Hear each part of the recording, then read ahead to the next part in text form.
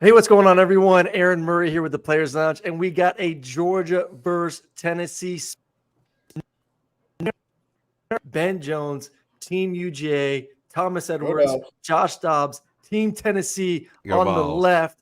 It is on tonight. We appreciate everyone jumping in on the chat. Make sure you leave your comments, hit the thumbs up, and we'll get to your questions throughout the show here tonight. We're talking, obviously, Dogs versus Tennessee in Knoxville this weekend, battle number 1 versus number 18. Before we get going with everyone, just a little reminder to everyone here in the chat listening tonight. What we do at the Players Lounge is for not only lettermen like ourselves, but the current student athletes. So if you're on this page, the Players Lounge page, this is mostly dedicated to Georgia, and you're a Georgia fan, go look at all of our student athlete content out right now. We just had a great one come out with Javon Bullard, Jackson Meeks, and Kendall Milton that dropped earlier today. Go watch that as they get ready for the game. And then Tennessee as well. Great video, TPL Tennessee YouTube channel. All the D linemen went to dinner the other night. They're eating wings. They're cutting up. They're talking about the game. They're talking about life. So all the best student athlete content, TPL Tennessee. We appreciate the support. And once again, put your comments in the chat. All right. Last thing too. Sorry, and I'll get to you guys. And I'm going to say this right because I said it wrong the other night. The Dick's House of Sport. There we go. Oh, yeah. There you go. Did you all hear that? Yeah. That was better. That was better. What'd you say last time? What'd you say last On time? Monday, I was talking House of about this. Dick? I said the Dick's House of Dick. Please be there. The That's good Dick's content, House though. of Sports. That's a I'm Tennessee glad that's wow. in Knoxville and not in Athens. Yeah. Yes, come on. Tennessee's collective, Georgia's collective, TPL, an event. There's going to be former Dogs, there'll be former Vols. Just go hang out Friday night, 6 to 8 p.m. Eastern. If you're in Nashville, it will be the place. It's the place to be. Dick's House of Sport. All right, I'm done with all the promo stuff. Maybe till later. Dobbs, how's it going first with you, man? The genius over here. Man, it's going great. Like, we got a big matchup, Sunday Night Football, coming up this weekend, which I'm extremely excited about. Like, obviously, you grow up dreaming of playing on Sunday Night Football. So we got a big matchup. We're rolling, playing good football, man. We got to keep it going. Got to go to Denver, who's also playing really good football right now. They've won their last 3. And in that last 3, like, they beat the Bills and the Chiefs, obviously, like, 2 contenders in the AFC. So, yeah, we got to bring our A game, but should be fun. Should be fun. I'm excited to get back out there, man. Keep this train rolling and, keep playing good football. Ben, talk about when Dobbs took over in Tennessee. And Ben's a 11-year NFL vet. This is his first year out. Maybe he jumps in the end of the season, go win some Super Bowl, but was in the NFL for a long, long time for Houston and then Tennessee. Dobbs got traded from Cleveland to Tennessee or got picked up, whatever it was. Yeah. You came in towards the end of the season. Ben, talk about just Dobbs and how impressed you were that he was able to come in there and like, bam, right away, get it all. Yeah, I didn't get to play with him because I was concussed for the last 3 weeks. But I was Mhm. That's I got to amazing. come in the last week and sit in meetings while they were playing Jacksonville. If we win, we're in the playoffs. And just his knowledge of the game, how he had the guys, bringing them along. The guys trusted him as an O-line. They knew he was going to get rid of the ball. The key for a quarterback coming in, if they can come in and call the play and they have faith in themselves, that's all we care about. Like, just get us the Mhm. play. And we had he's in there just rattling off the play. I'm like, oh, he's got it. We're good. So just having the faith in your quarterback, just knowing, hey, he knows what he's going to go with the ball, or at least he's acting like he knows what he's doing with the ball. But he was great. He came in, he was a leader for him right away. He brought some juice to the group because at the end of the year, he was literally playing with all practice squad guys because we had literally our starting 3 or 4 linemen on IR. We were banged up, and he came in and literally took us down to the last drive of the game and almost won the Crazy. division and took us to the playoffs. I don't know how you do it. I don't know.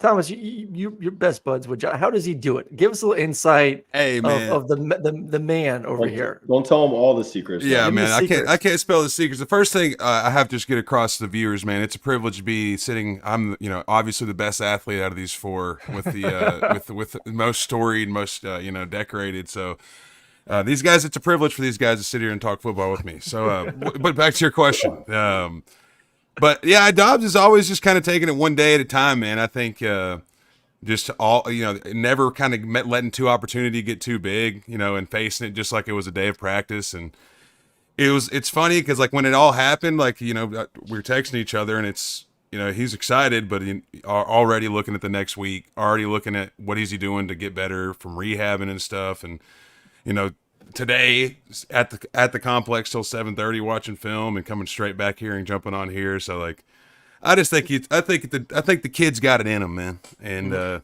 I think he just keeps showing that, and he's got the chance now. And I'm eating my popcorn watching it for sure. Hey, the Broncos paid us all to say all these nice things to inflate Josh's head even more, just to make it even big. They said, "Hey, we're here. He's going to be on the chat. Make him feel even better before he comes into Bronco territory on a little Sunday." Dude, Sunday Night Football starting quarterback, and you look good in purple. Like not a lot of people can pull off the purple. It's smooth. It's smooth. I like it. I like it. The purple top with the white pants, and then you go like white bottoms with white cleats. It's a smooth look. We got the throwbacks coming next week too. We play the Bears at home on Monday night, and we got the throwbacks coming. So that's gonna be a good look too. You like your number? You like 15? I like 15. So little story about 15. Was the first number I ever wore playing football. So when I first started playing football, I was 5. I was 15. And then after that, I was 11. So that's where I got 11 because I got to choose my number in my second year. So I got 11. And then I was 5. So I was 11 and 5. For a while. Did you pick 11 because I was 11? You grew up in Atlanta. Yeah, I was trying to. I grew up in Atlanta. Or something. I said, I really look up to that Aaron Murray guy. I need to be number 11. So yeah, I mean, shit. We got the battle of the sticks right here. Who's the best 11 in college? You got a lot of SEC records. I do, but I'd rather be playing Sunday Night Football, so I'll give you that one. Ben, what are you going to say? Minnesota Stadium, their fans unreal. When they do the skull and do the clap, that's the coolest thing in the world. You can't beat it. It is the best atmosphere in pro sports. Bro, hands down. The home game this weekend was so live, like noon game. So like obviously like that's early, but like packed. Sea of purple, and they start the skull chant. Oh man, it was legendary. It was live. Better environment, better home environment, Minnesota or Neyland? It's hard to. It's hard to compare college to the NFL. I agree. I was about to say the same thing. Okay, like Minnesota, massive stadium, seats 65, 70K. Neyland, ginormous stadium, and then seats 102. Yeah. Like, I will say, like, of the top NFL environments. Like, careful, Josh says Till. Careful, Josh says Till. Hey, I don't. Nothing really. If I win on Monday night next week, you're gonna say the Vikings is electric. Hey, the indoor though. It's all indoor. It's not a retractable roof, right? It's all. No, we don't. We don't. No.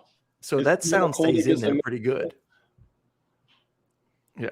All right. Well, let's get to little dogs. First of all, that's what we're here for. Once again, we appreciate everyone in the chat. Hit that thumbs up button. Go watch the other videos to support the current student athletes, both at Tennessee and Georgia. Let's just get reaction. We're 10 games into the season, and we'll start with the Tennessee boys first. It is their home game, so we'll give them the floor. Thomas, what gives you the most confidence based on what you've seen to the first 10 games of the season?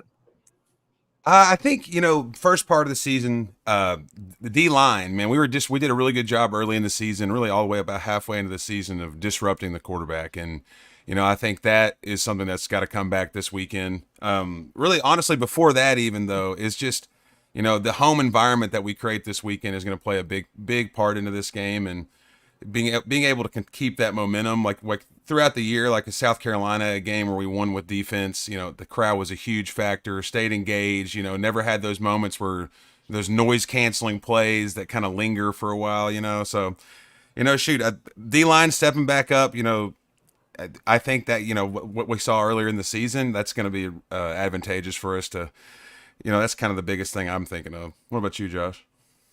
Man, I think, to your point, echoing with the D-line, but also the O-line, I think just the way we've been able to really control the line of scrimmages in the games that we played, Like we lead the SEC in rushing. Teams are having a difficult time running the ball against us outside of obviously Missouri coming off a big day, which was kind of tough to watch up here in Minnesota. But I do think with Georgia coming to town, obviously, you get to that second loss and it's like, dang, Georgia now, they're automatic shoe-in to go to the SEC championship game, but we're now still playing for a really good bowl game. I think we're now that team that really has nothing to lose, and Georgia's in that seat where even though they go to the SEC championship game, a one-loss Georgia team having to go to the SEC championship game and now playing to have to win to get into the playoff, that puts more pressure on them. So now Georgia has something to lose. And I do think with Georgia coming into our environment, the way we've been able to own the line of scrimmage, play in tough games, does help us in this matchup. Now, obviously, you guys have been rolling as well, and it seems like you guys only wake up when someone challenges you. But this will be the toughest environment that you guys have had to play in all day, and I do think us not having as much to lose as a Georgia team does play in our favor this weekend. And Ben, I'll ask you that as we get to the Georgia side a little bit. Josh brings up a good point. Georgia has not had to play in an environment like this for 7 weeks. I mean, week five, Georgia went to Auburn. Since then, the only games that they've not been in Sanford Stadium was a split atmosphere in Jacksonville versus Florida. And then a game in Vanderbilt, which we all know is mostly Georgia fans, or when Tennessee goes there, it's all Tennessee fans. Or not even mostly, it's all Tennessee and Georgia fans when you play in Nashville. So this is only the second true road environment since week 5. And that was a close game versus the Tigers. How big of a deal is it not to have that experience on the road this season, this only being the second time you've done it, and it's week 12, and it's really the only second time Georgia's been on the road. Yeah, as an offensive lineman, I think it's going to help our defense because they are young. They're going to be able to hear this week. It's not like a home communication, so it's going to help our young guys on defense. But yeah, as an offensive line, the communication's got to be key. We have a veteran group there. I'm glad it's not playing Tennessee week 2 or 3 in the year, because we had a freshman left tackle who's kind of came into his role. He was struggling early, but he's gotten better. But I'm going to tell you, that is the loudest stadium on the road. Don't let Rocky Top get a rocking. If that song's playing, it's a long day, boys. Yeah. You guys don't understand the pain, because you guys get to enjoy it just like on game days. We have to listen to that damn song in workouts, during practice. I mean, we probably hear it. I mean, for at least 4 hours a day, we hear the song on repeat. At least. The crazy thing is, I will say, as a player, just on campus, you do hear the song that much on a normal week as well. We are playing the crap out of it too. Now, obviously, we are enjoying it, and you guys aren't. So it's weird because you're singing it in the back of your head because you hear. I'll be singing it by Friday. You guys have to admit, it's pretty cool, nice little catchy song though. It's catchy. It's probably the top fight song out there. I agree. Besides Thomas Edwards' song, Tom, give yourself a little blast over here. How do the people find your music? Come on. Oh yeah, you can. I got one song out right now. Actually, this last week I got my second publishing offer for writing music here in Nashville. So kind of working on the next step on where I'm going to go and keep writing music. But I got one song out right now, and it's very pertinent to this conversation. It's about growing up in East Tennessee and playing football at the University of Tennessee. Where I was, a storied bus rider, steak eater, and found my passion outside of the sport, and started the music, and it's going really well for me. But the song's called "Running Through That T," and you can stream it anywhere you stream music. Even Dog fans, as you make the trip up to Nashville, go support TPL, go support Thomas, go stream "Running Through That T." Speaking of music, Dolly gonna be there. Dolly gonna be there. Is that the positive juice that should Dog fans be worried that Dolly's going to be there cheering them T-balls on this 100%. Weekend, boys? And also, wait, I want to let you know on something too. Peyton Manning usually comes to about a game a year, and he hasn't been to a game yet. And if it could be a double dipper, Peyton Manning, Dolly Parton there. I mean, if there's not East Tennessee magic that can be created from that, it's got to add to the environment. Even Dolly's tatas ain't enough to weigh this game in Tennessee's favor. Oh no! Don't underestimate the power of Dolly. Oh, Jeffrey, nice little something in the chat right there. All right, Ben. We didn't talk about like what have we as because there's some Tennessee fans in this chat. What gives you confidence that the Dogs go into Neyland and take care of business this weekend? I think that last week they showed the nation, hey, we can do it. They put it all together, and now they're playing for something. Everybody's saying, hey, if you don't win it, you got to win the SEC to get into the playoffs now. And all week, Kirby is saying, this is a team that's going to knock you off. If you go in there, they're going to shock you.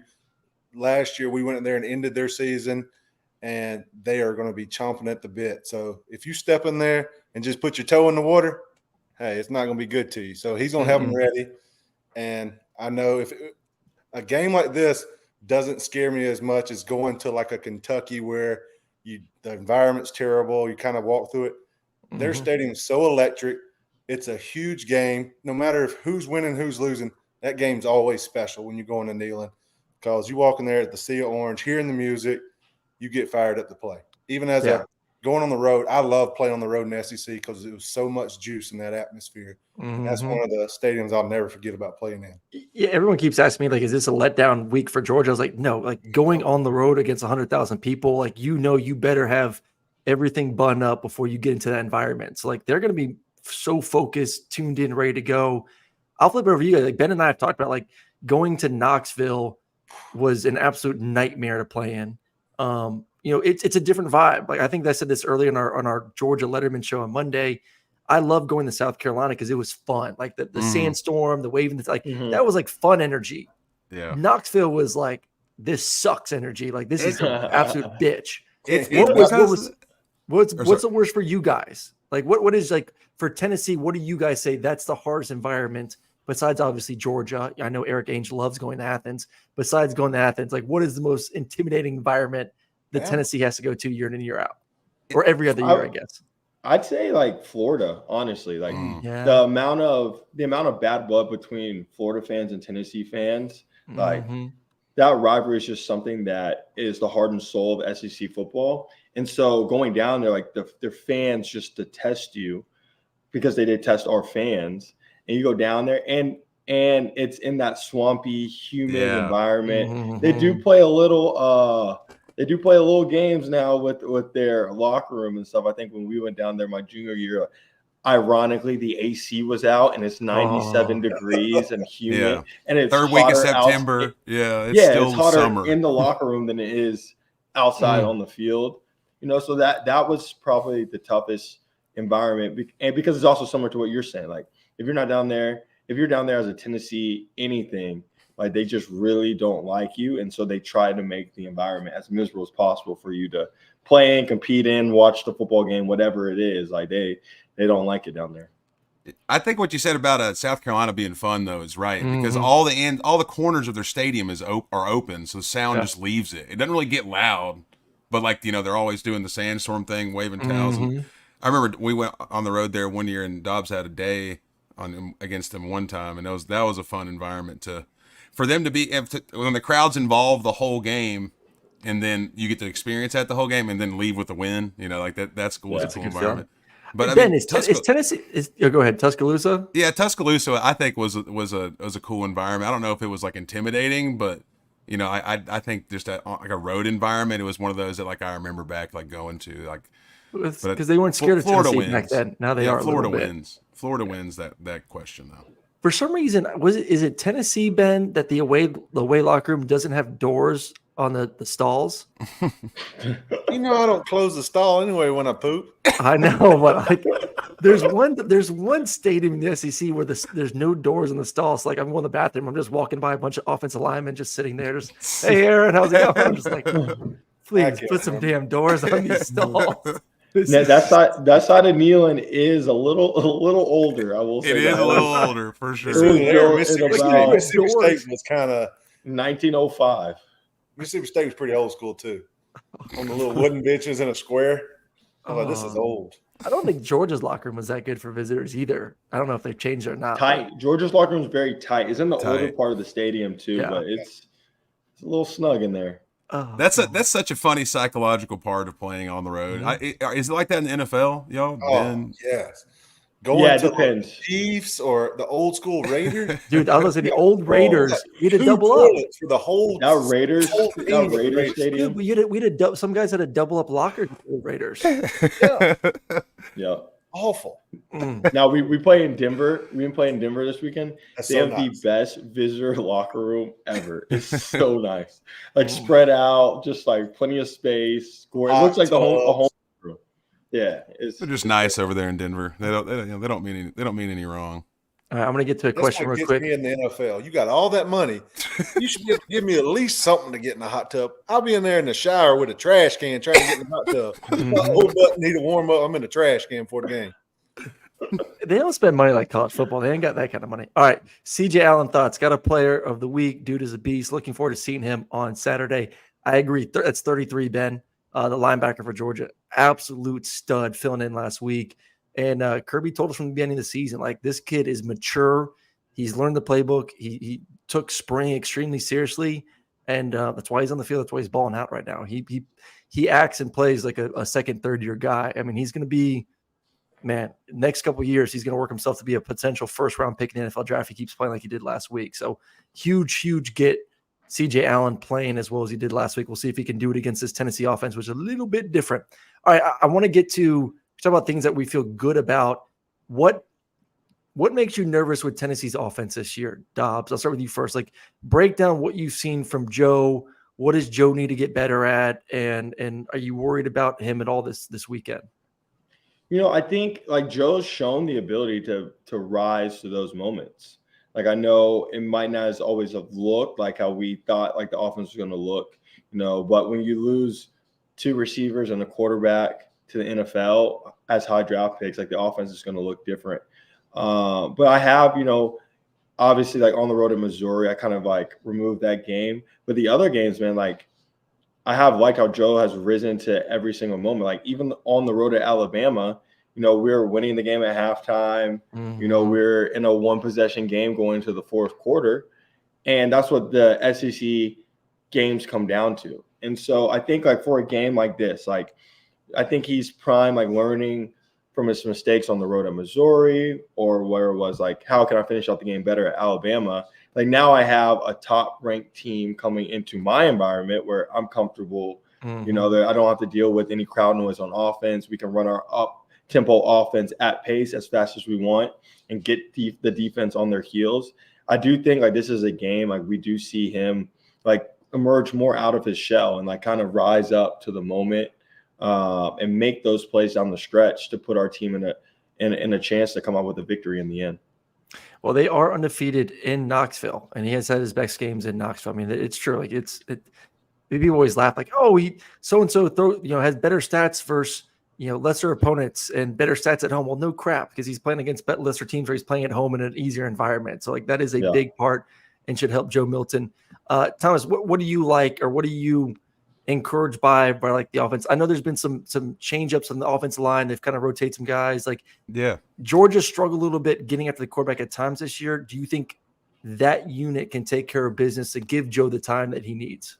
Yeah, absolutely. I think just like I was saying about the D-line earlier, the O-line got off to a great start at the beginning of the year. Had a 3-headed monster in the backfield for a run game where we had different people to give it to, and when Cooper Mays came back at center, I kind of felt like that, the synergy kind of increased there, and they were able to kind of push the pedal and, get to where they kind of needed to be mid-season. I think that's just kind of what they got to get back to. And it's, John Campbell, the left tackle, man, like Dobbs and I went up there at spring last year, and we both said, like, before even watching him play, like just meeting him, we were like, this guy's going to be good. And, we got a lot of guys that are on the line that have a lot of potential. They just got to wrap it up and play together like they have or can as a unit. And I think it's I think it's a doable thing. It's about that momentum, man. And especially with the run game and a quick offense, like the O-line plays such a key role in that, and staying locked in and not letting the momentum get snuffed by their, mistakes from them. But, honestly, the person that I'm excited to watch the most of the whole team is 27 on defense, James Pierce Jr. He's a young guy, and he could tie his shoes standing up, man. He's long, And, I think that's the guy that I watch, like when I'm at the games, like to see make plays. And, it's going to take big plays from guys like that have that potential to win this weekend. And I think, we definitely have the ability to rise to that occasion because they understand how special it is to even, a game like this in Neyland. And I'm excited for it, man. I'm excited to see them all get that chance. Ben, what's your biggest fear of like what Georgia's riding high? They finally get that number one spot, number one team in the playoffs right now. The biggest win of the year where like Georgia finally is healthy. Like that's been the biggest issue for Georgia this year. They haven't been healthy, especially on offense. Running back turned healthy to start the year. Neither was Ladd. Then Ladd comes back, but then Brock goes out. Then you have offensive linemen being hurt left and right. This was the first week where like offensive line was healthy. Brock was healthy. Ladd was healthy. Running backs were healthy. And they went out there and dominated an Ole Miss team that's very weak defensively, but still like everything is finally working together on the other side of the football. Is there a concern of like that was just against Ole Miss and this is a different beast and we shouldn't expect that? Like, what is your biggest worry? Yeah, controlling the environment. You don't want to be behind the sticks and third and long because Tennessee has some guys that can get after the pass. They got some speed off the edge. Mm-hmm. We have a young left tackle. This is only really his second big environment to play in. He's been great at home. I feel great about getting the right tackle back. He is our pass block, and he's a cornerstone over there. He's a first rounder, but still got a young guy over there at left tackle. Mm-hmm. He has played up to it, but it's different. Going on the environment right there, having to be tuned into the silent count and having to block a guy like that on the edge. He's going to have a challenge out there, and I challenge our defense this week. Yeah. Milton can run. That's given us trouble.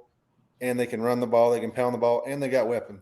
He can throw the deep ball. So explosive plays and big plays in this game. If Tennessee can take that, it could be a scary game for us. I think you can't get behind the chains. And that's always a worry when you're on the road. Like you get a couple false starts, you get the crowd juiced up. It's 1st and 15, Mm-hmm. then it's 2nd and 12, then it's 3rd and 8, and then you allow those pass rushers to eat. Like you can't. Like Georgia's seen it on their side, like when Arkansas came in town a few years ago and when Tennessee came in town last year. Like if you're behind the chains in this kind of atmosphere, like it's going to be hard to move the football.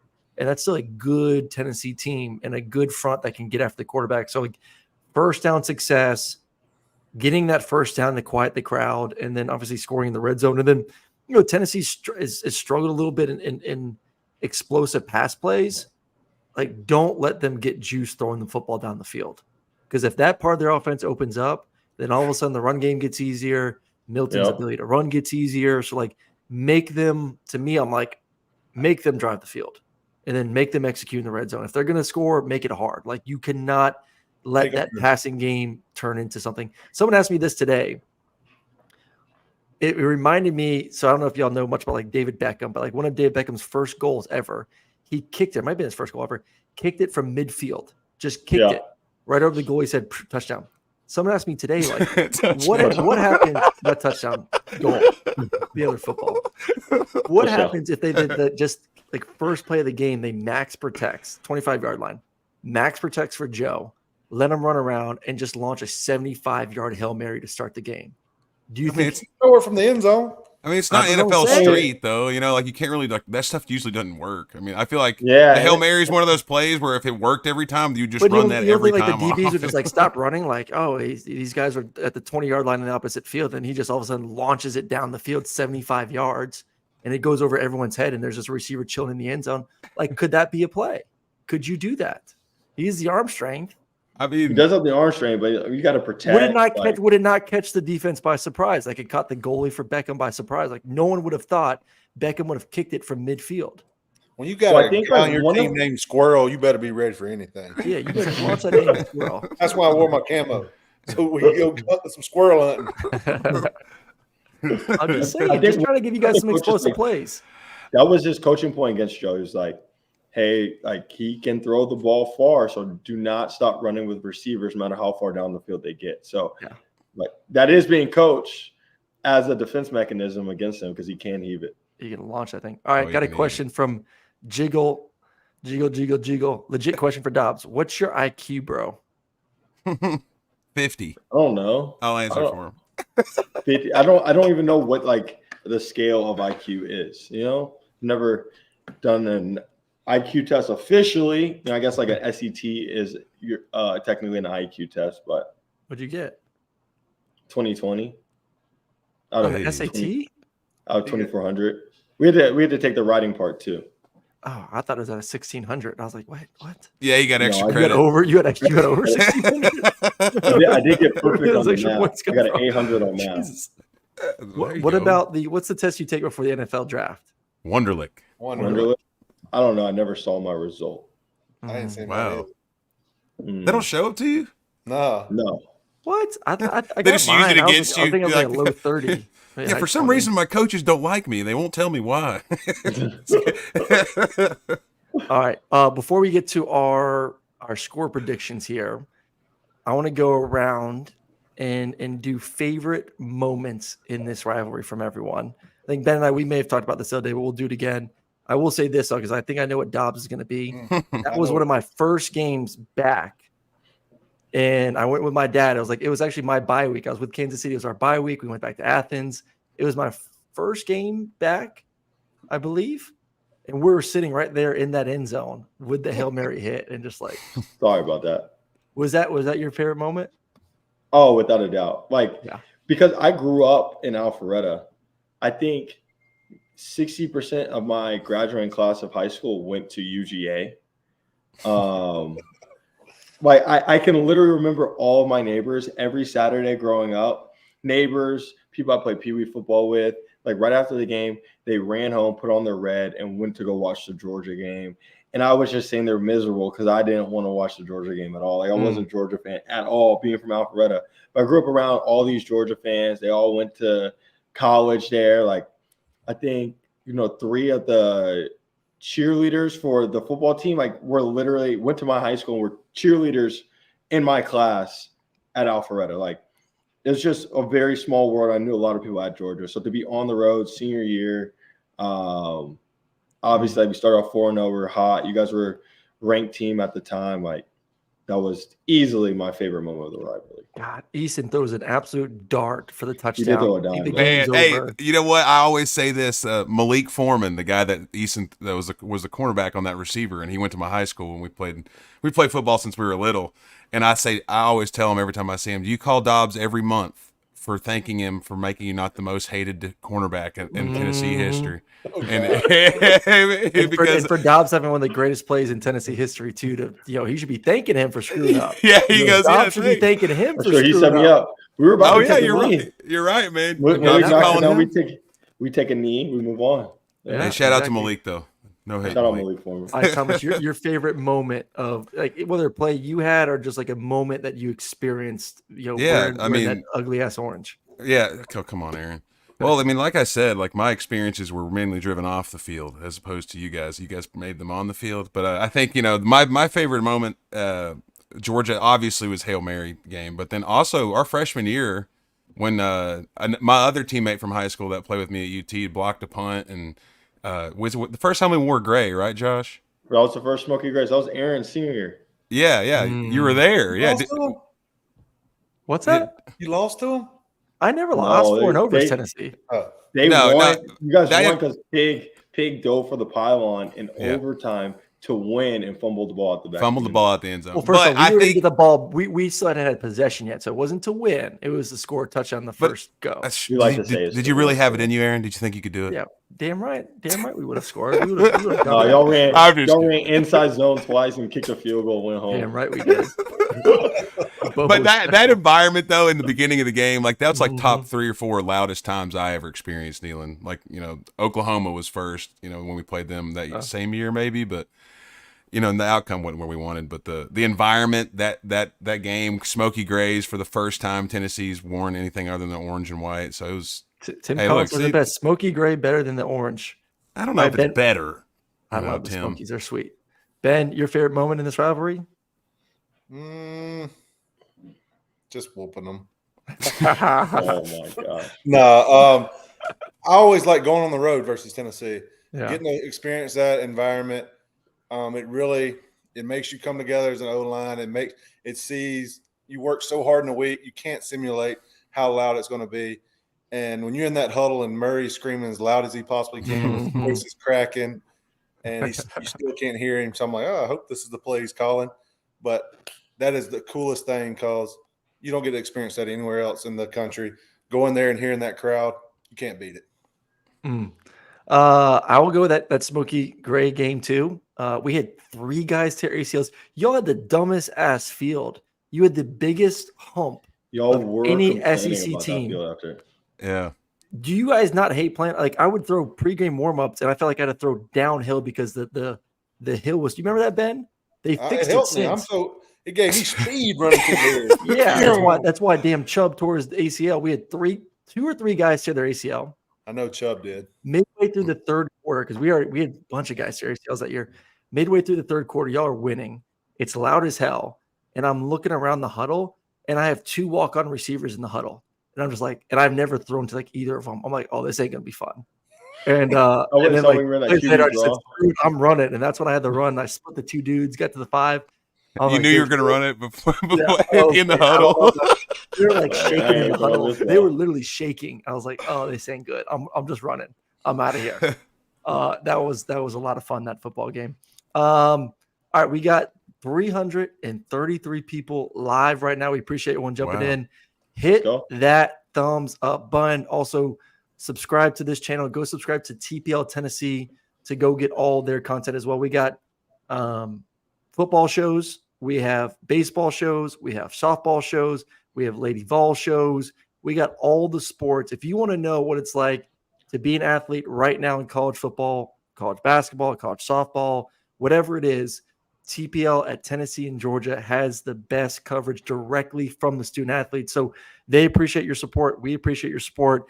And I'm going to get it one more time before we give our score predictions. 6 to 8 o'clock. If you're in Knoxville, 6 to 8 o'clock on Friday. So tomorrow night at the Dick's House of Sport. Nailed it. Nice job. We got the Volunteer Club. We got the Classic City Collective. We got the Players Lounge. We got food, drink, a damn good time. Former Vols, former Dogs. It's going to be a great time. 6 to 8 tomorrow. So be there, enjoy yourself, and get ready for a great game in Neyland on Saturday. All right, boys, before we let you go, score prediction time. Score prediction time. We'll go with the ones that are probably wrong first, and then the realistic ones at the end. So Tennessee boys, go ahead you guys and start us off. Hey, I mean, I'll start first. I don't think. I mean, even what do you mean? What do you think we're going to be wrong? Come on, that's even regardless of who I think is going to win. My score prediction is going to be right. I think this is a tough challenge for the Vols. I think they rise to the occasion.